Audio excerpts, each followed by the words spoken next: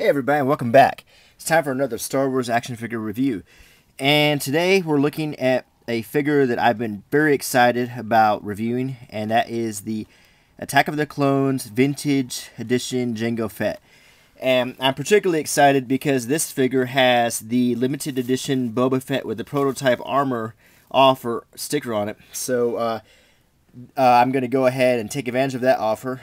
And I have a McQuarrie version of the prototype Boba Fett, and I'm wondering if it's going to be similar to that. So either way, I'm pretty excited to get that figure. But this is probably one of the most interesting and exciting figures that's come out from the vintage line, and everything about this figure I really like. I like the packaging. I like the scene here. I mean, it's just a great scene. I think this is just an awesome figure. Now, you probably know that they released another very similar figure in the which one is this? The Saga Legends series. And here we have another version of Jango Fett, and he's wearing the poncho. And however, there are some differences. I know that his jetpack is different. He does not have the firing rocket. He doesn't have the headsets. So I'm actually not going to review this figure, but and I've seen reviews of it, and I think this is a good figure by itself. But this one is supposed to be really awesome, so I'm really excited to open this up. So anyway, let's go over the packaging. On the back, we see the original sneak preview version of Jango Fett, and actually, I think I have that figure. I have this, and this is a good figure, but what I didn't like about it is it's limited as to the scene-specific pose it's in. So if you have a Slave 1, you really can't fit him into it because he's in this battle pose. And another thing I didn't like about it is his grappling hook, which comes off his wrist. It just stays there. So you can't take it off, you can't remove this, and that's kind of a drawback to the figure. But this was still a good figure. It had a removable helmet, it had working holsters, but like a lot of the Attack of the Clones figures, the articulation was not very good, and a lot of them, if you remember, were posed in ways which made them very limited. So some of the bigger offenders were like the Mace Windu's, which had the ridiculous little, like, I think we called them flim glob force powers coming out of the wrists, and it was awful. So but this is still not a bad figure, but I've been waiting a long time for a good Jango Fett, and I think we now have one here. So I'm gonna go ahead and give you one last look at the packaging and the card, and I'm gonna go ahead and open this up.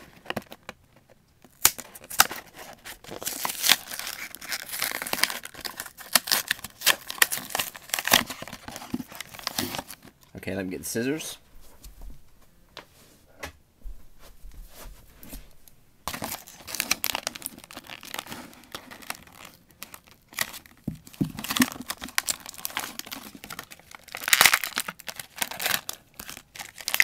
And I can already say there are a lot of accessories, so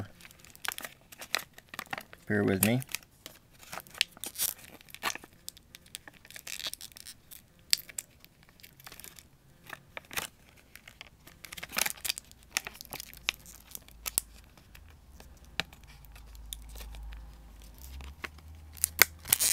Okay, now, let's take a look at this figure.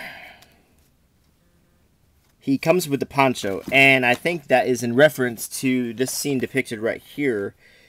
As Jango Fett answers Obi-Wan's questions on Kamino, he gauges the level of threat posed by the Jedi's investigation. On the surface, their conversation is polite, but underneath is a current of suspicion and menace. The bounty hunter anticipates that his next meeting with Kenobi will not be as pleasant. And that was one of the more brilliant scenes from Attack of the Clones, which is a movie that's been highly panned as not a very good movie. But I do think that the initial scene between Obi-Wan and Jango Fett was just a really brilliant scene. So I'm going to try to take his helmet off, and as you've seen, I made a few attempts, and it seems to just want to take the whole head off. Let's see here. That's not good. Okay. There we go. I'm kind of teasing it out. There we go. Okay. Now, here's Jango Fett without the helmet on. Now, it's not quite the same. Because in that scene, he was basically wearing a blue shirt. So this isn't quite the same. I wish they would just go ahead and come out with a Jango Fett that was specific to that scene. Just wearing his casual attire. But either way, I guess it's better than nothing. So, so here he is without the helmet on. And just for comparison's sake, we can compare to the Jango Fett that I got a few years ago when it first came out. So this one has kind of a 5 o'clock shadow, and this one does not. And it looks like there's a little paint imperfection here. Let me just knock that off. Okay, now, so here we have it. Now let's go ahead and see if we can remove the poncho.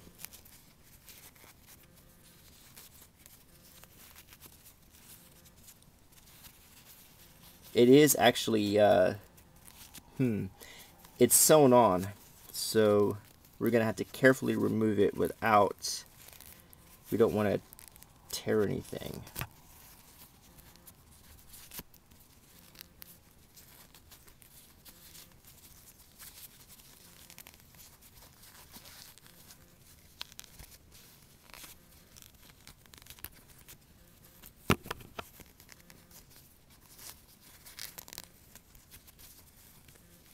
And once again, bear with me, because I really don't want to tear this new figure up. He does have some little things on his wrist which kind of get in the way of the poncho being removed. There we go. I think we're getting somewhere now. Okay.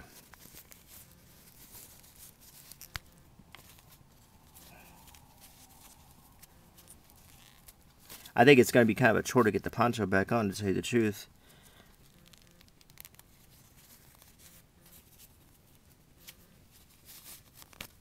Okay, let's take a look at Jango Fett without the poncho on. Alright. That was kind of hard to take off. Now, I'm impressed. Now, let's do another comparison. I think the colors, the detailing is a lot better than this original one right here. I'm very impressed. This is just a good figure, and I know the articulation is better. Now let's go ahead and give him his guns. We'll put them in the holsters. Okay, what's going on here?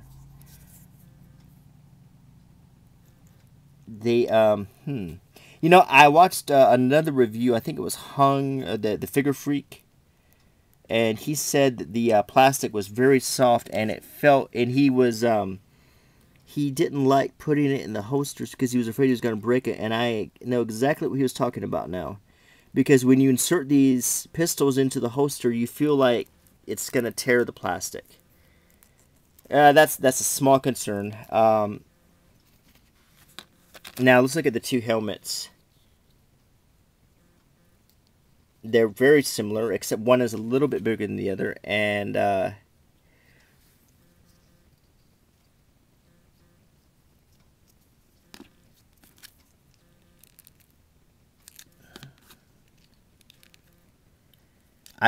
think that this, you know, actually I'm confused. The darker helmet is the one with the newer one, and it's actually made out of a softer plastic. So the older Jango Fett has a slightly larger helmet and a shinier helmet. So we have that. Now let's look at the backpack, and yes, it does fit nice and snug. They've corrected the problem we've had with the Boba Fett, and the jet fits in there. It's, once again, it's this very soft plastic. So the rocket fits in there, and it can shoot out with a little flame tip, which is just a nice effect. It doesn't really shoot out, but okay. And finally, we have the headset. So if Jango Fett is in the Slave 1, he can operate his headset. So, okay, here we have Jango Fett. Here we have the old Jango Fett with the helmet. And the poncho, which I'm probably going to spend some time getting back on. What can I say? This is a good figure. It's an improvement over the last Jango Fett. Take your time with the accessories so you don't break anything. But I think you're going to be very pleased with this figure. Go ahead and open it, because I don't think it's very hard to find now. Another thing I wanted to point out is his gun belt. Unlike the last one, is kind of like Han Solo's. It's a separate piece, which is a nice touch. And the articulation, of course, is the standard we've come to expect from recent figures. So I highly recommend this figure. And until the next review, thank you for watching, and please rate, comment, and subscribe. Bye.